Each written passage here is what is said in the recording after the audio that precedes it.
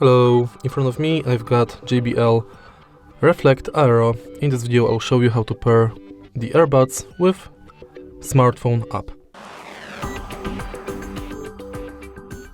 In the beginning, make sure that JBL headphones app is installed on your smartphone and that JBL headphones are connected with the smartphone via Bluetooth.